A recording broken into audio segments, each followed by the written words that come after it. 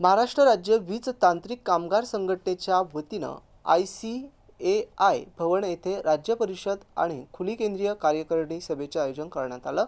या बैठकीत राज्यभरातील मोठ्या संख्येने तांत्रिक कर्मचारी संघटनेचे पदाधिकारी उपस्थित होते।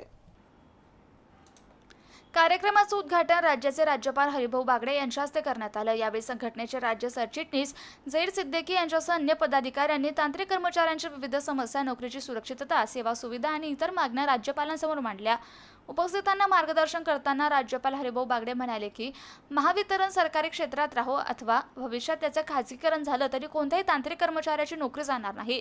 कर्मचाऱ्यांच्या हक्काचं संरक्षण आणि त्यांच्या विविध समस्या सोडविण्यासाठी आपण कायम त्यांच्या पाठीशी खंबीरपणे उभे राहू अशी ग्वाही त्यांनी दिली। तांत्रिक कर्मचाऱ्यांनी मांडलेल्या प्रश्नांची योग्य दखल घेऊन ते शासनापर्यंत पोहोचविण्यासाठी प्रयत्न करू तसेच त्यांच्या मागण्यांबाबत सकारात्मक भूमिका घेऊ असे त्यांनी स्पष्ट केलं।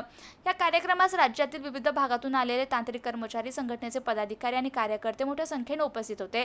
तसेच कर्मचाऱ्यांच्या विविध प्रश्नांवर तसेच संघटनेच्या भावी वाटचालीबाबत सविस्तर चर्चा करण्यात आली।